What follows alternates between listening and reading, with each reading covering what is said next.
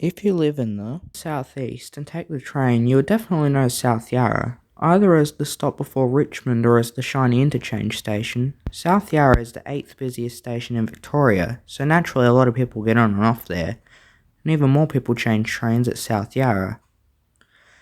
Originally opened in 1860 as Gardiner's Creek Road, renamed South Yarra in 1867 after the Yarra River, the station was part of the Brighton Line, now called the Sandringham Line.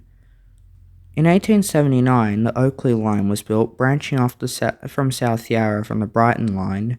There was originally a steep embankment that obstructed the view of the line even after 1914 when the Frankston Line was opened and the line was quadruplicated to Caulfield, or even after electrification in 1919. But in 1924 the need for separation was recognised and South Yarra was rebuilt to have 6 platforms in full separation from the Sandringham Line, and the corridor between South Yarra and Richmond was quadruplicated, later expanded to 6 tracks. When the Richmond to Flinders Street corridor was expanded to 10 tracks, and electric suburban service ran to Dandenong, Frankston and Sandringham, with unelectrified service continuing across regional places in Gippsland like Wonthaggi, Leongatha, Warragul, Walhalla, Traralgon and Orbost. But these lines closed gradually. For a while, electric trains ran to Traralgon, but the line was de-electrified to Pakenham in the 80s, making Pakenham a suburban terminus. In 1995, after the closure of the South Gippsland line, which encompassed many branches that spanned across Gippsland, a small section of the line was reinstated to Cranbourne, where electric suburban service continues to cater Melbourne's growing southeast, and Dandenong was rebuilt for the opening of the line, link in the description. Not much changed at South Yarra until 2016 when the Frankston line started through running with the Werribee and Williamstown lines, basically doubling the frequency of that line and offering more local services to Caulfield, something I'll talk about shortly. This change also stopped Frankston trains from going through the city loop, something that most lines in Melbourne do.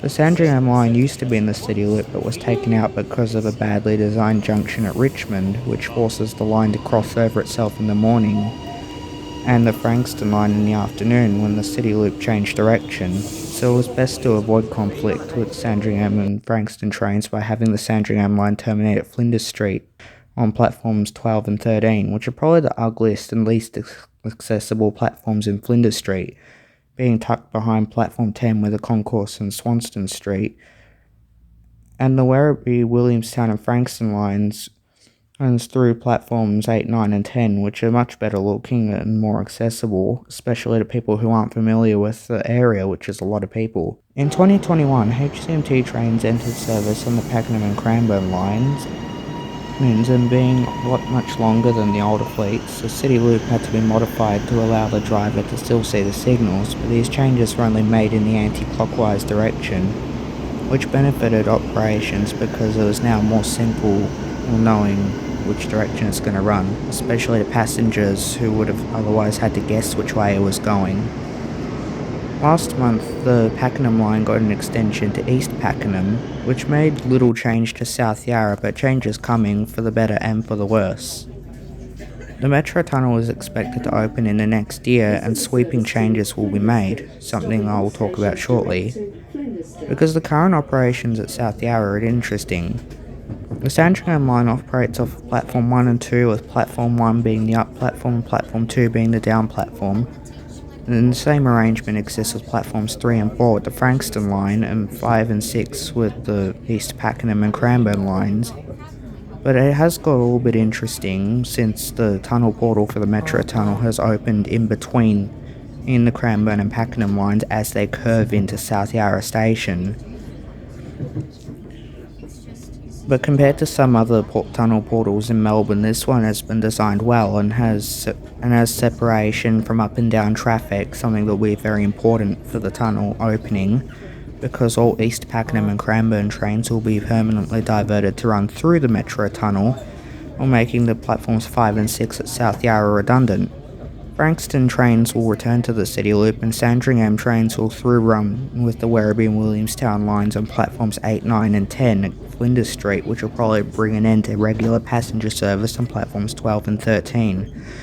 It's possible that regional trains to Traralgon and Bairnsdale could stop at South Yarra and give the platform some sort of purpose, but this is unlikely because they already have two high-frequency corridors, and at South Yarra regional trains aren't even necessary because they stop at Richmond and Caulfield. The only line that would not even perfectly benefit from this is the Sandringham line because Richmond is one stop further away than South Yarra, but the net benefit of the Metro Tunnel affected lines is a good one.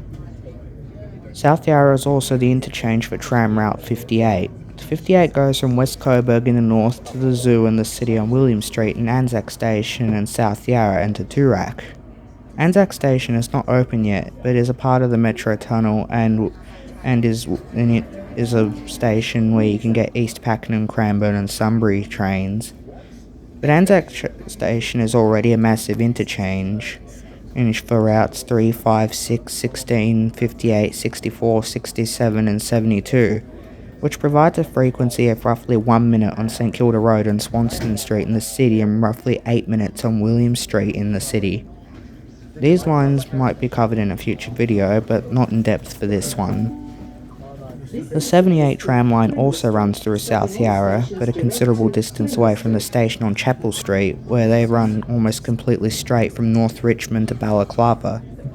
Overall, South Yarra is an amazing public transport interchange with 4 suburban lines and 2 tram lines, and the South Yarra community does a great job of integrating the train station with the rest of the suburb.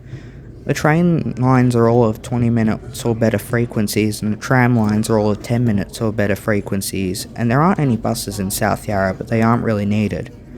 South Yarra is an extremely dense high-rise community that integrates the historic town centre very well with modern skyscrapers that loom large over the old historic town centre. The old shopping strips next to the large office towers and apartments almost seamlessly transition into the lower density, more modest apartments, townhouses and units. And there is almost no single-family detached houses like you would see in the rest of suburban Melbourne.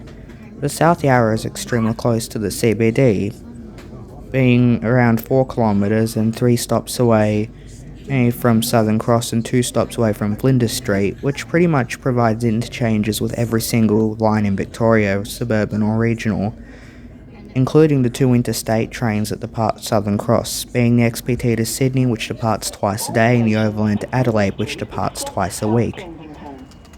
These 2 transport services are vastly different because of the way they are operated, and a comparison video might happen in the future.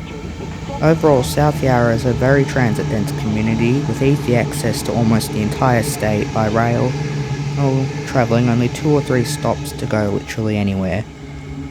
There were services running 10 minutes to Flinders Street and to the City Loop, and tram lines in all 4 cardinal directions every 10 minutes. South Yarra is a bustling community with a bustling station. Thanks for watching.